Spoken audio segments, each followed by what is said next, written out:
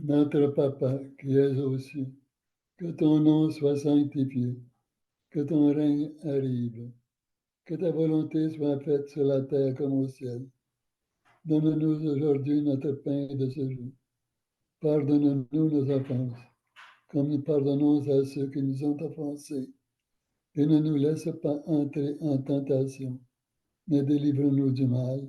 Amen. Je vous salue Marie, pleine de grâce. Le Seigneur est avec vous. Vous êtes bénie entre toutes les femmes, et Jésus, le fruit de vos entrailles, est béni. Sainte Marie, Mère de Dieu, priez pour nos pécheurs, maintenant et à l'heure de notre mort. Amen. Alors, bienvenue à tout le monde. Aujourd'hui, je continue sur le sujet que j'avais commencé au mois de janvier, notre relation personnelle avec Jésus. Alors, je fais un rappel de ce que j'ai dit.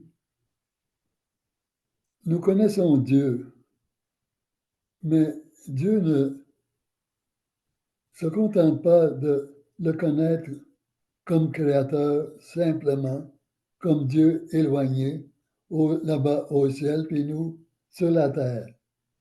Il veut une relation intime, personnelle, continuelle avec chacun de nous. Et cette relation est différente selon chaque personne. Il nous donne les grandes lignes de ce qu'il veut, de ce qu'il attend de nous dans les livres de Divin Fiat, livre du ciel de Luisa Picaretta. Et il nous dit souvent que elle, ce n'est pas elle qui concocte tout ce qu'elle a écrit. Elle est comme une deuxième secrétaire. Lui, il est Jésus, le Fils de Dieu, est le premier secrétaire de la divine volonté, de la Sainte Trinité. Et il nous révèle des grandes choses, certaines que nous connaissons déjà à cause de l'enseignement de l'Église, d'autres que nous n'avons pas assez approfondies encore, et d'autres qui sont personnelles à chacun de nous. Et lui, il veut une relation personnelle avec nous. Cette relation personnelle peut s'exprimer par des paroles, des pensées, des gestes, des attitudes, mais surtout en acceptant de perdre, de ne pas activer notre volonté quand il nous montre ce qu'il désire de nous. D'une façon, ce qu'il désire de nous, c'est de nous simplifier la vie. Mais nous sommes réfractaires. Pourquoi? À cause du péché originel qui nous a blessés. Et nous avons peur. Par exemple, quand il parle de souffrance, nous pensons toujours aux souffrances extrêmes, de se sacrifier tout de suite à 100%. Ce n'est pas son but, ce n'est pas sa manière. Il y va progressivement avec chacun de nous. Et chacun de nous a de bonnes résistances à la douleur. Il y en a qui en ont qui ont plus de force pour accepter la douleur, d'autres moins. Il s'adapte à chacun de nous. Et il y va petit à petit. Parce que les souffrances nous purifient, nous empêcheront d'avoir un long purgatoire très dur à souffrir.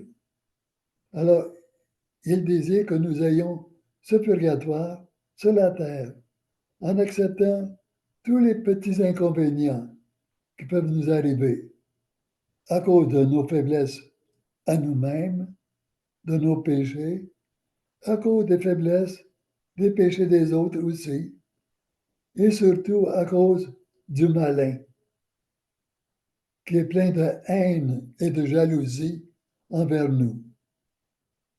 Alors, ces démons, gouvernés par Lucifer, qui voudrait encore être un Dieu, qui est supérieur à l'homme par toutes ses forces, mais inférieur à l'homme par le désir d'aimer.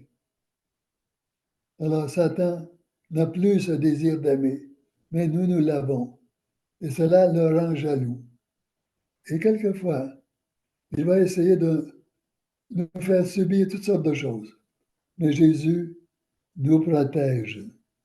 C'est là qu'intervient cette relation intime avec Jésus, personnelle. Beaucoup ne savent pas que quelquefois, le Seigneur ou notre Maman du ciel ou nos anges gardiens nous suggèrent quoi faire. Par exemple, euh, ça me tente de regarder dehors par la fenêtre. Et là, mon ange gardien m'a dit, non, faisant le sacrifice, ne regarde pas ce qui se passe là-bas. Souvent, nous passons outre à tout ça, pensant que c'est pas important. Pourtant, c'est important. C'est soit l'ange gardien ou notre maman du ciel ou Jésus qui nous disent, fais un petit sacrifice, contrôle-toi. Alors, il y a toutes sortes de choses qui se passent en nous, à l'intérieur de nous, qui sont des indications de ce désir de Jésus d'être en relation personnelle, pas connue des autres, avec nous. C'est la même chose. Lorsqu'on va, disons, à la chapelle, à l'église, et que nous sommes plusieurs personnes à adorer le Seigneur. Alors le Seigneur a une relation personnelle avec chacun. Disons que moi, aujourd'hui, je me suis fait mal physiquement. Seigneur, ça fait mal. Donne-moi la force de ne pas brailler, de ne pas m'attarder sur ça, ou d'accuser quelqu'un d'autre. Une autre personne va dire, Seigneur, merci d'avoir cette église ouverte. Je peux m'approcher de toi. Une autre personne va dire, je suis un pécheur, une pécheresse. Pardon, Seigneur. Et le Seigneur répond, écoute chacun, comme s'il n'y avait qu'une personne. Et nous, quand nous faisons face au tabernacle ou bien au crucifix, quelle est notre réaction? Oh, c'est encore ça. Oh, je vois rien. Puis, il y en a qui toussent trop là-bas. Là. Qu'est-ce que c'est qu'ils font là? Alors, combien il y a de personnes dans l'église? Là, on essaie de sortir de cette relation personnelle avec Jésus. Et il veut une relation qui soit totale. On va dire, oui, mais il faut que je mange, ou que je prépare la nourriture, ou que je fasse un lavage, ou que je nettoie quelque chose, que j'ai quelque chose à écrire, un téléphone à faire. Je vais être distrait complètement. On nous a donné un moyen. Le matin, l'acte préalable. Est-ce qu'on le fait? Aussitôt qu'on se réveille, ça devrait ça devrait devenir automatique maintenant, petit à petit, de dire, Seigneur, aujourd'hui, veux-tu vivre dans ta divine volonté? Mes pensées, mes paroles, mes gestes, mes réactions, mon travail, tout ce que j'ai à faire, je veux le contenir dans la divine volonté. Comment? Eh bien, avec l'aide de notre maman Marie, il ne faut jamais l'oublier, elle. Tous les jours, il faut lui demander son aide, parce qu'elle est là, avec nous. Nous ne la voyons pas. Je ne sais pas si vous avez déjà vu ça. une image de la Vierge avec son enfant Jésus dans les bras. Il y a une autre image avec Jésus dans ses bras et vous-même, chacun de nous dans l'autre bras. Elle nous tient les deux, Jésus et chacun de nous, dans ses bras. Il y a une image qui circule quelque part pour nous montrer qu'elle met autant d'attention à Jésus qu'à nous et à nous qu'à Jésus. Elle ne laisse pas tomber Jésus, elle ne nous laisse pas tomber. Malgré tous nos péchés, nous sommes sanguinolents avec nos péchés, sales, puants. Elle va nous garder quand même en nous aidant à nous purifier. Et aussitôt qu'on s'aperçoit qu'on a brisé ce lien avec le Seigneur, soit par un péché grave, un péché mortel, ou un péché véniel, ou une imperfection, ou l'ombre d'une imperfection. Aussitôt qu'on s'en aperçoit, on devrait demander pardon au Seigneur, sincèrement, intérieurement. C'est pas nécessaire de l'exprimer, même si c'est un péché, un gros péché que nous avons fait, on demande le plus tôt possible pardon. Et avec ce pardon sincère, cette demande de pardon, le péché est enlevé. Pour un péché grave, un péché mortel, il faut aller au sacrement du pardon avant de recevoir l'Eucharistie. Pas dire, je vais recevoir l'Eucharistie puis j'irai après. Là, on ajoute un sacrilège. C'est plus grave. Laissons faire les autres. Oh, mais ils vont me regarder. Je reste dans mon banc. Je ne vais pas à la communion. Ils vont me regarder. C'est une petite pénitence comparée à celle que vous auriez si vous commettez un sacrilège. C'est-à-dire d'aller recevoir l'Eucharistie avec un péché grave qui n'a pas été confessé. Alors, je reprends ça pour que ce soit clair. Aussitôt qu'on a péché, quelle que soit la faute, on demande pardon au Seigneur, un pardon sincère, pas en disant, ben, je recommencerai quand ça m'arrangera. Ça, c'est pas sincère. C'est avec Dieu, et Dieu, on ne peut pas nous jouer dans les pattes. Alors, un pardon sincère, et ensuite, si c'est un péché grave, il faut aller au sacrement du pardon avant de recevoir l'Eucharistie. Quelle que soit la circonstance, même si quelqu'un dit, reçois l'Eucharistie, vous faites la bouche fermée, ou vous penchez la tête, mais ne recevez pas l'Eucharistie avec un péché grave. Ça, c'est un sacrilège.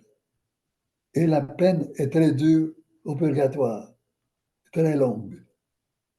Alors, c'est mieux de refuser et recevoir cette petite humiliation pour Jésus. Est-ce que Jésus vient se venger sur un de nous lorsqu'il y a du trouble dans le monde? Pas du tout. Il ne vient pas dire, toi, tu vas y goûter. Pas du tout. Alors lui ne commet pas d'injustice envers nous, ne commet pas de sacrilège envers nous. Au contraire, il essaie de nous éviter tout ce qu'il y a de mauvais. Alors notre chemin va être différent pour chaque personne. Il y a des souffrances qui sont intérieures. Et à l'intérieur de nous, il y a toutes sortes de souffrances. Par exemple, supposons que je suis très orgueilleux, ou très impur, ou très jaloux, ou colérique, ou je ne sais pas quoi.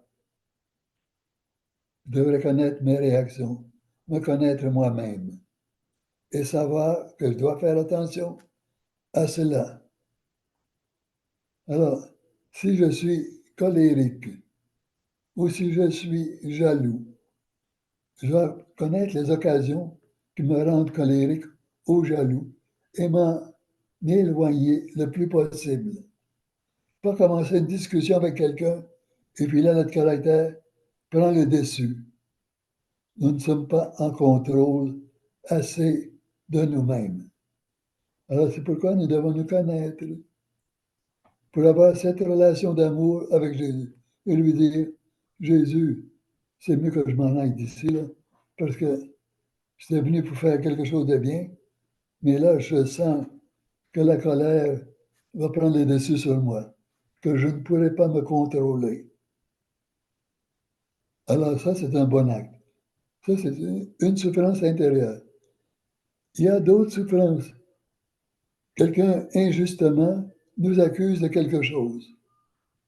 On pourrait réagir soit par un coup de poing, ou dire Prr ou par des paroles très dures, ou dire merci Seigneur. C'est pas vrai ce qu'elle dit ou ce qu'il dit, mais merci Seigneur.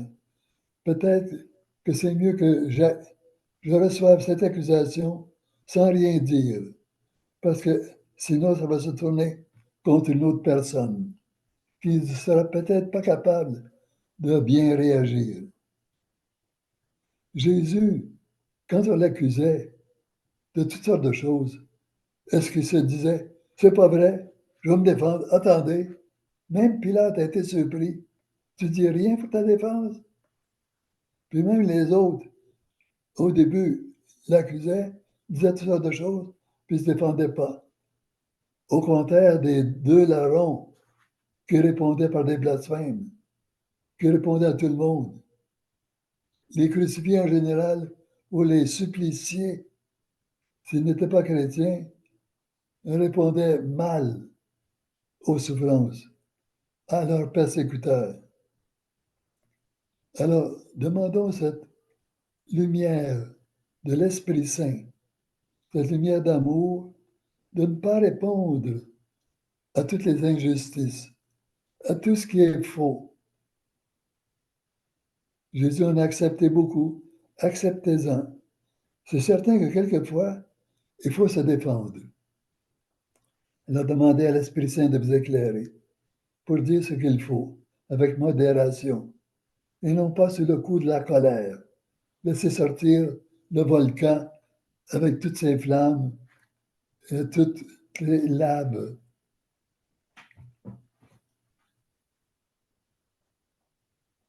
Jésus, quand il voit notre désir, même si nous sommes très faibles, il voit le désir de chacun, il va aider chaque personne attentivement.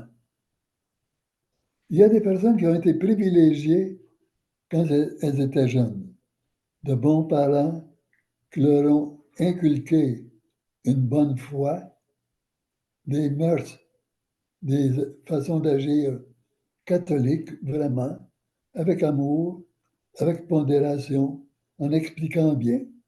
Il y en a qui ont eu cette chance-là. Il y en a d'autres qui ont eu quelquefois des enseignements, mais pas trop. Il y en a d'autres qui ont eu un parent qui était réfractaire à la religion. Ça ne donne pas une bonne influence ou un bon exemple à l'enfant. Il y en a comme ça parmi nous. Il y en a qui n'ont jamais eu rien de bon de leurs parents ou de leur famille adoptive.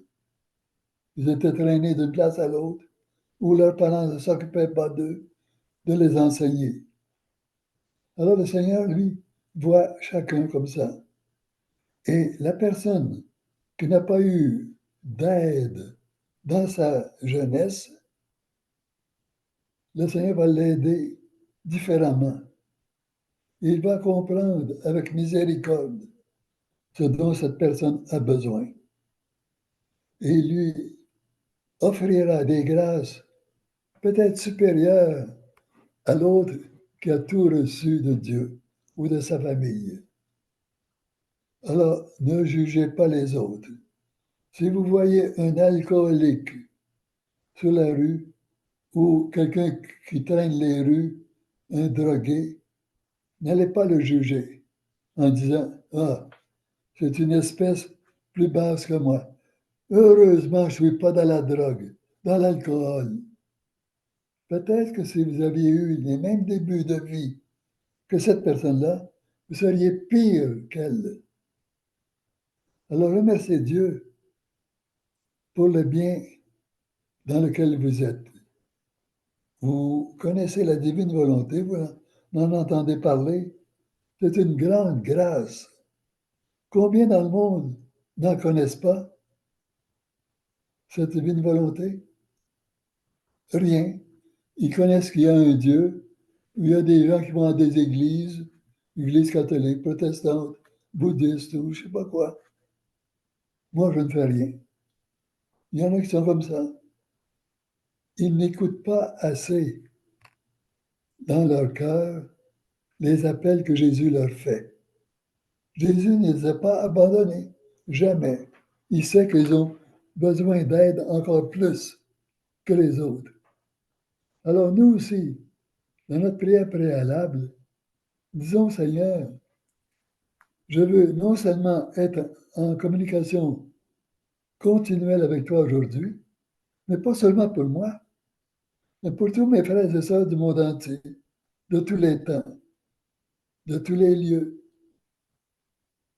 Alors votre prière est riche comme celle de Jésus. Parce que Jésus, quand il est venu sur la terre, est-ce qu'il a dit, moi je vais sauver un tel ou une telle, c'est tout. Il a pris tout le monde. Et c'est dit dans les 24 heures, sa prière, sa souffrance, son amour aurait pu sauver des millions de mondes, de terres comme la nôtre. Nous connaissons la terre habitée. Est-ce qu'il y a d'autres habitants? Certainement. Il y a les anges. Est-ce qu'on connaît tous les anges? Non, pas du tout.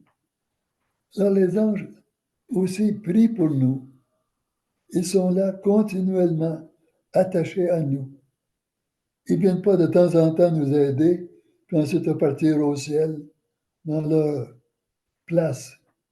Ils sont collés à nous. Et quelquefois, nous avons même plusieurs anges qui viennent nous aider à cause des tentations, à cause des faiblesses, à cause des situations dans lesquelles nous sommes. Alors, disons à Jésus notre ouverture.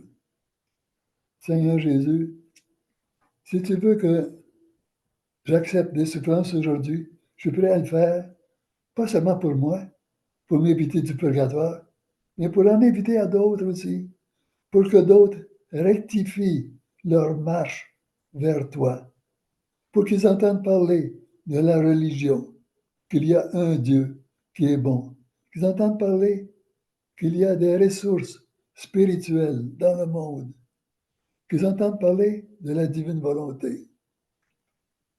Quelquefois, le démon fait des siennes, il se donne des coups de pied dans le derrière. Il amène l'attention des gens sur certaines choses que lui voudrait garder cachées. Tout à l'heure, Marie-Hélène vous parlera de ce qui se passe dans le monde sur la divine volonté, les attaques qui sont faites. Alors, le démon, en voulant contenir, détruire la divine volonté, la publie un peu partout. Elle vous expliquera mieux que moi ce dont je parle. Jésus veut avoir une relation personnelle avec nous. Alors, il y a un obstacle que nous ne voyons pas, que nous pensons qui est bon, c'est notre volonté humaine. Pourquoi? Parce que notre volonté humaine, c'est elle qui décide que je sois très intelligent, pas trop ou pas du tout. C'est la volonté qui décide. Alors, il y a des choses que je reçois, que j'ai reçues par hérédité de mes parents, grands-parents, pas seulement physiquement, mais moralement, spirituellement, intellectuellement et le reste. Alors, il y a des choses, des goûts que j'ai, des habitudes que j'ai prises. Et peut-être que j'en suis devenu un petit esclave. Peut-être. Par exemple, si on me dit, ça n'a pas de bon sens comme tu n'as pas de tête. À chaque fois que j'entends cela, je me mets en colère. Alors, je devrais connaître cette réaction. Que quand on me dit cela, je réagis fortement. Alors, je vais dire, maintenant, je vais me contrôler. Quand on m'agace, je vais me contrôler. Quand je ressens un tel parfum, je vais me contrôler. Quand je vois à la télévision ou ailleurs des choses qui ne sont pas pures, qui ne sont pas acceptées par le Seigneur, qui sont hors de toute loi, alors je dois contrôler mes yeux. Si j'ai la manette de la télévision, je change de poste. Ou le son, ou bien je m'en vais. Ça peut être pas seulement à la télévision, n'importe où.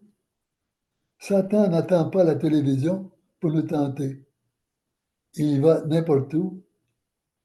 Puis il y a des gens sur la terre qui sont comme des agents de Satan pour faire tomber les personnes.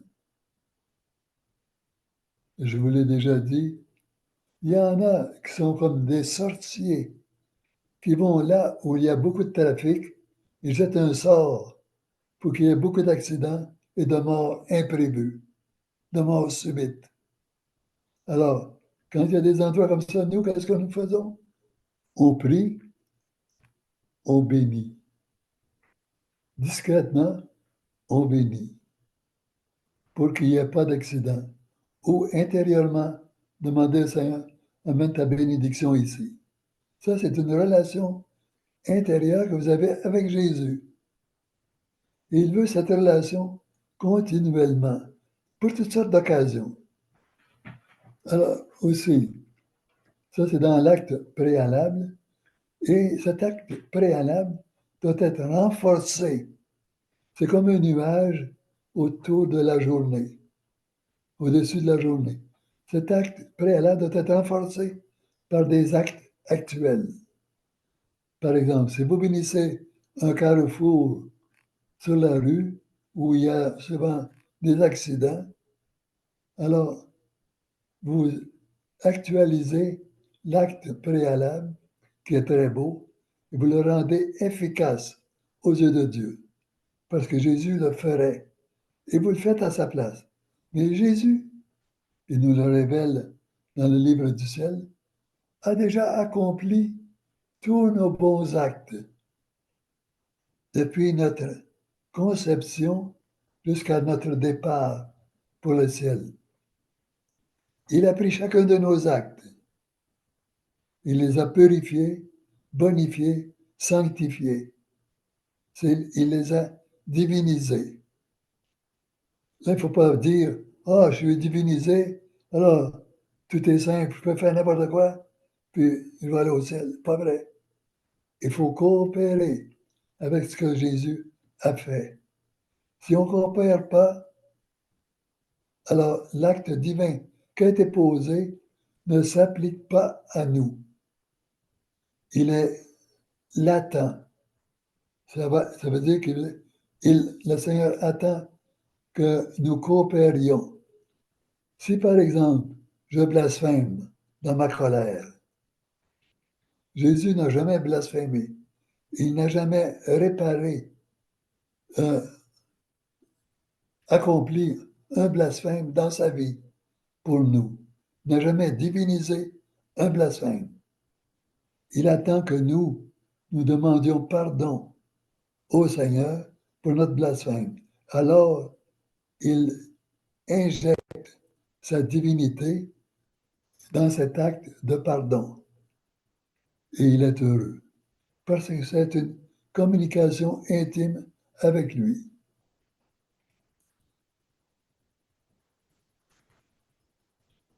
Il y a des choses qui sont chères à nous. Par exemple, on vous a préparé un lunch parce que vous devez sortir. Et là, quelqu'un vient prendre votre lunch. Quelle va être votre réaction? Vous pouvez dire, hey, c'est à moi ça. Vous avez le droit.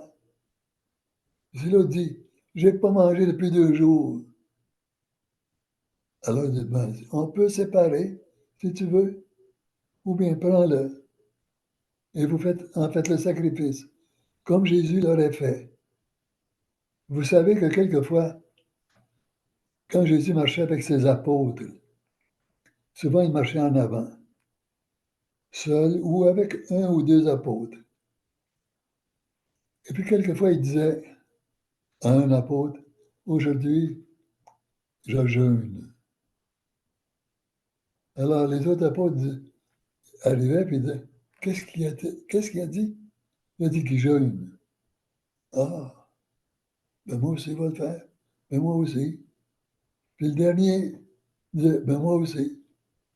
Des fois, Judas disait, hum, ça, j'aime pas ça parce que moi, j'ai faim aujourd'hui.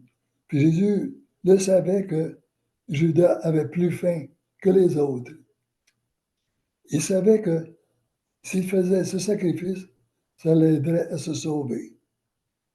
Mais souvent, Judas était trop faible pour se contrôler. Tellement qu'un soir, alors que tout le monde était couché à la belle étoile, Jésus, vers minuit, faisait noir, a entendu du bruit. Ça l'a réveillé. Il a tendu l'oreille. Il a entendu quelqu'un qui mangeait.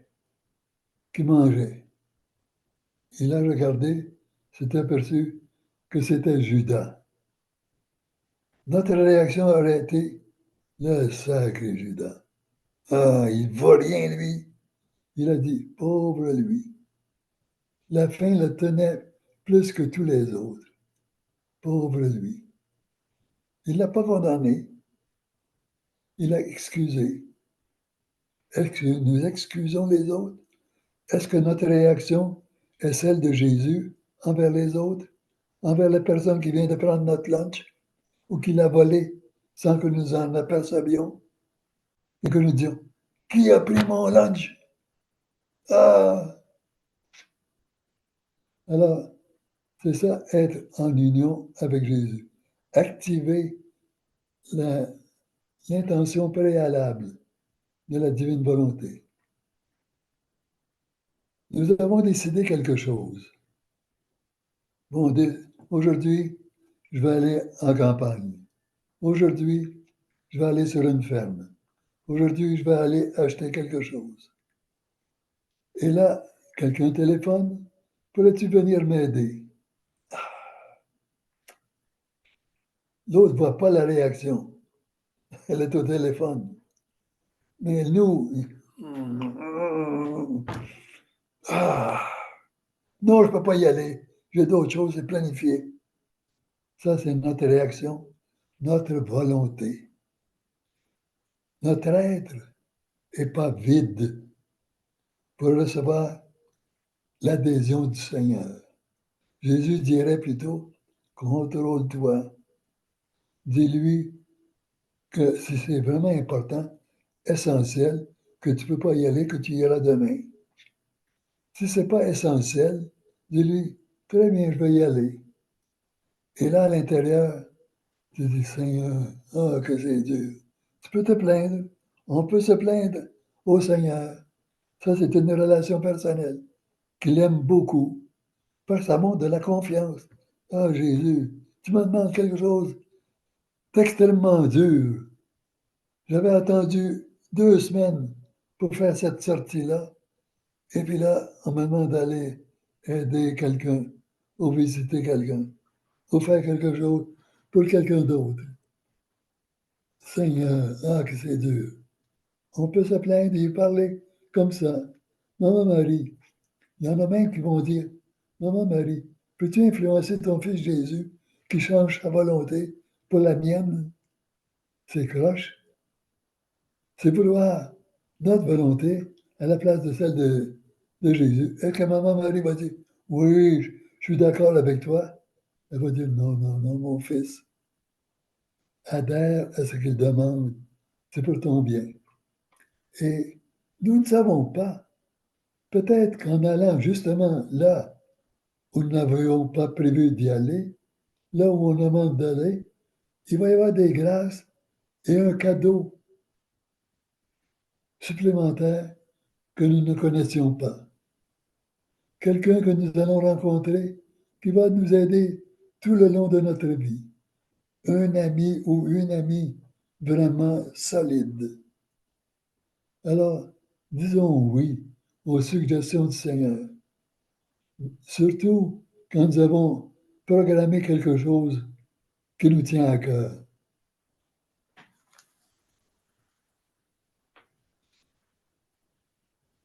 Quelquefois, il y en a qui associent la divine volonté, l'amour de Jésus, avec la souffrance. Jésus n'est pas que souffrance, il est amour. Il a pu passer à travers toutes ces souffrances à cause de son amour. S'il n'avait pas eu un amour divin, un amour humain simplement, il n'aurait pas pu passer à travers tout. Ça aurait été trop. Quant à Gethsemane, il a souffert tellement intérieurement qu'il dit que c'est la plus grande souffrance. Ça a été pire que sur la croix. Sur la croix, c'était seulement physiquement. Mais à Gethsemane, c'était intérieurement, au point de vue de l'âme, au point de vue de sa volonté, de son intellect, de sa mémoire. Tout était attaqué. Et il voyait chacun de nous. Ça, il a pu le faire à cause de sa divinité. Il est toujours homme-dieu. Alors, à Gethsemane, il s'est servi de son humanité pour voir notre vie au complet, depuis notre conception jusqu'à notre départ vers l'autre vie. Et il a dit au Père, je demande pardon pour tous ses péchés, toutes ses faiblesses. Je demande pardon. Alors, je veux t'aider, toi, un tel, une telle. Je vais t'aider complètement, totalement. Et il a fait chacun de nous dans cette période de 3 heures à Gethsemane. Et s'il y avait eu des millions de mondes, il l'aurait fait aussi. Par exemple, le couronnement d'épines, le premier aurait été assez pour le tuer. Mais il a utilisé la force par sa divinité d'en souffrir deux autres.